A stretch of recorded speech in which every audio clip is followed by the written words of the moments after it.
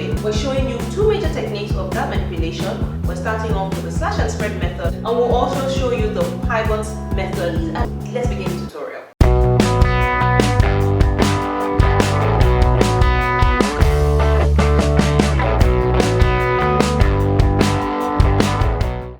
In this particular tutorial, or in this particular class, we're talking about dart manipulation, which is moving the position of a dart. But if you sign up for the online class, we have a lot more projects on working with darts. There are two methods of dart manipulation. There's the slash and spread technique, and then there's the pivotal technique.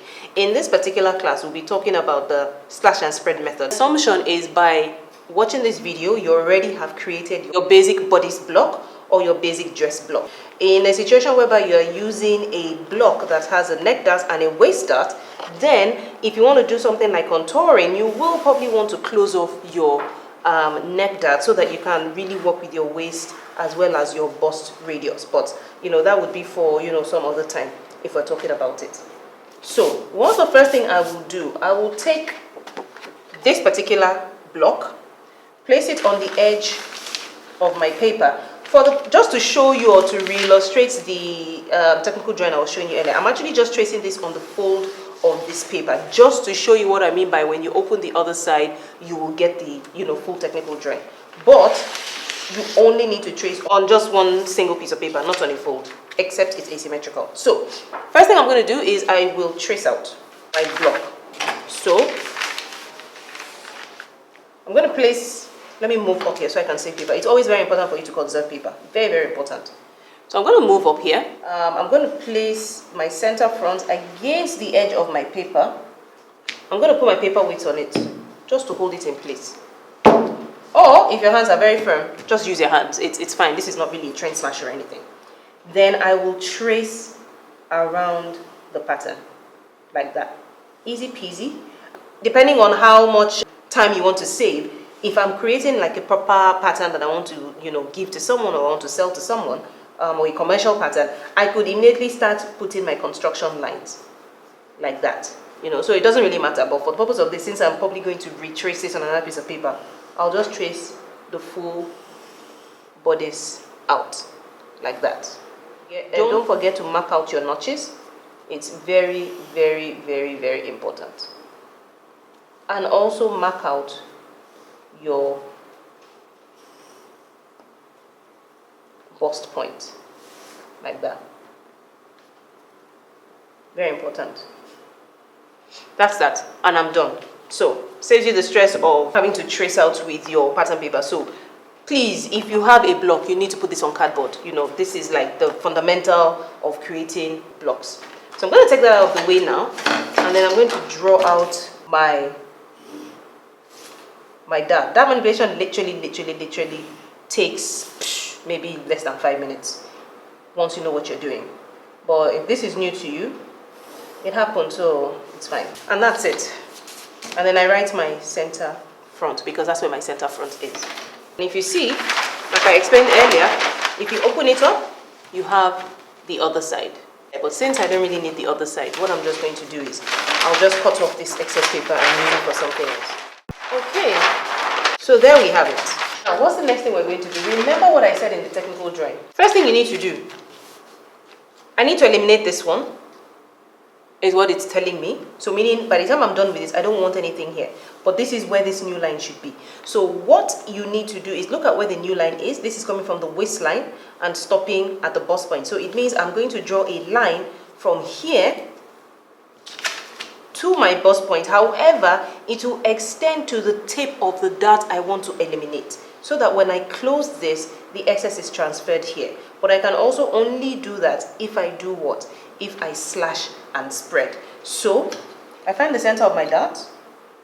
This is about 2.3 thereabouts, and then I draw up to that point,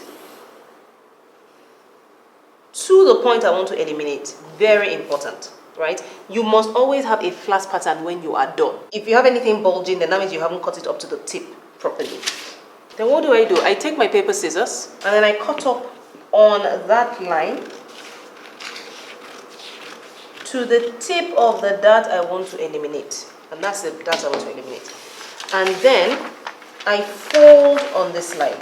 So you fold from the center front towards the side seam.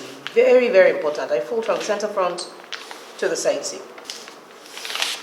Like that. And you can see, I haven't even closed it and it's already opening up here. So I close this. By the time I close this, the excess is transferred here.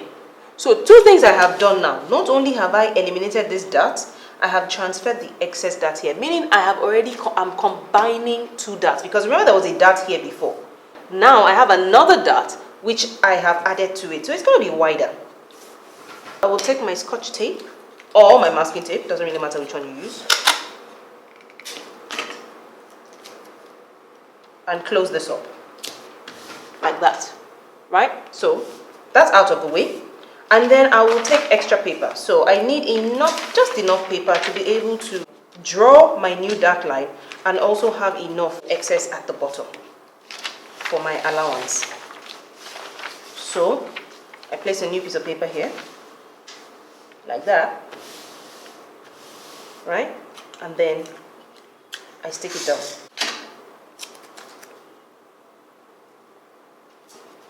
Like that. On both sides. Make sure that if you're using masking tape, you can see your original lines. That is very, very important. Your original lines and your new line. Extremely, extremely, extremely important. And then what I'm also going to do is I'm going to also stick this portion down. But I can still see my old point, which is there. Now, this is another very important thing. You cannot draw your new dart touching the tip of that old dart. You will have an annoying sharp point which you really don't want. What you want to do is you want to move it down a little bit so it gives enough room for the bust area. So, some books tell you half an inch. Some books tell you 2 centimeters. I, based on personal preference, I use 2.5 centimeters, which is 1 inch. It works for me.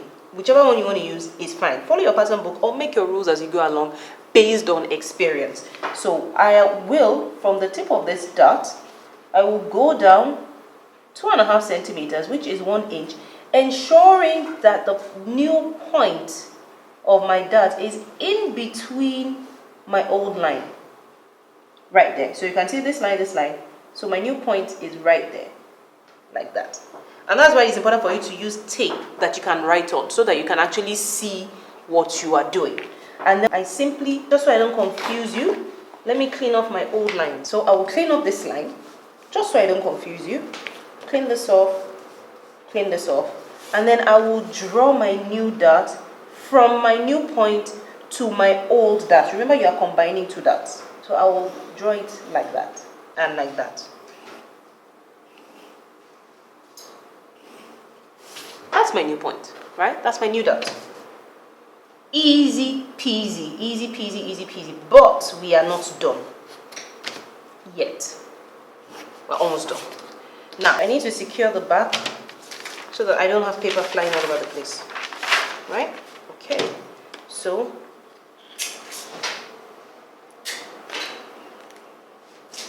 I turn over.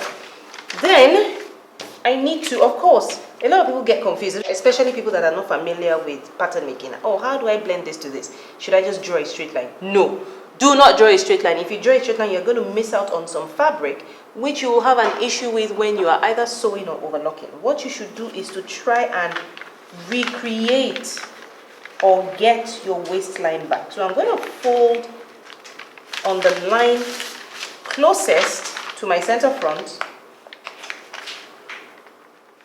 like that, and place it against that so I can get my waistline back like that. You can already see the 3D part coming up, right? So I'm going to place it like that. It's very, very important that you get your waistline back in place.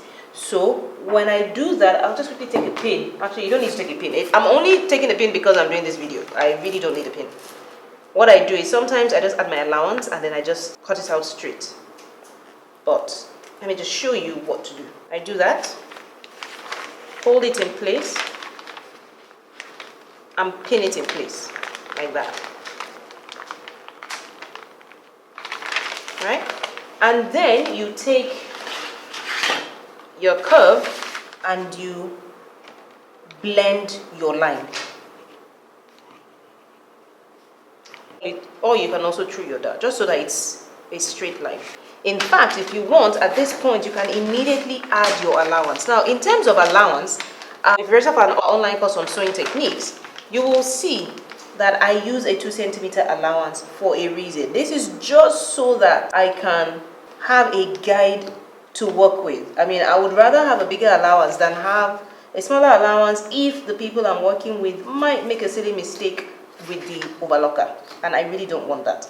So what I'm doing now is I'm adding my allowance. Your allowance can be anything you want it to be. You can make it half an inch, you can make it one, in a factory it's actually 1 centimeter. I use 2 centimeters just so I have a guide to work with on the overlocker. That's the only reason I use 2 centimeters. You can use whatever you want to use. It's really, really up to you. It's really no big deal. Choose what works for you. But don't make it too big, because I know around here some people have like a 2 inch or a 5 inch just in case. No. It's going to make your garment ugly if you have too big an allowance. You really don't need too big an allowance. So you can see I've done that. And then I can now release my pin. Oh, actually, before I release my pin, I need to trace it. So make sure you trace, right? Some people trace. I really don't need to trace because I can see what I've done, right? And I have my allowance already. But if you feel comfortable tracing, you can trace that line out. If you don't add your allowance this way, because different techniques, you would need to use different techniques depending on what you want to do. So when you trace out, you have that extension, which I had here, right? You'll have that extension down there. You need that extension, right? So let me do that for the second one. Even though, like I said, even if you don't want an extension, you can simply just cut through, which is what I do most of the time. And just put that pin back in place, and then I can just cut through. And when I cut through,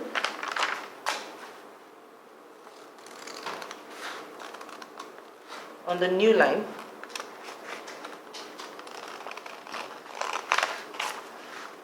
and I take out my pin, I have that extension at the bottom. So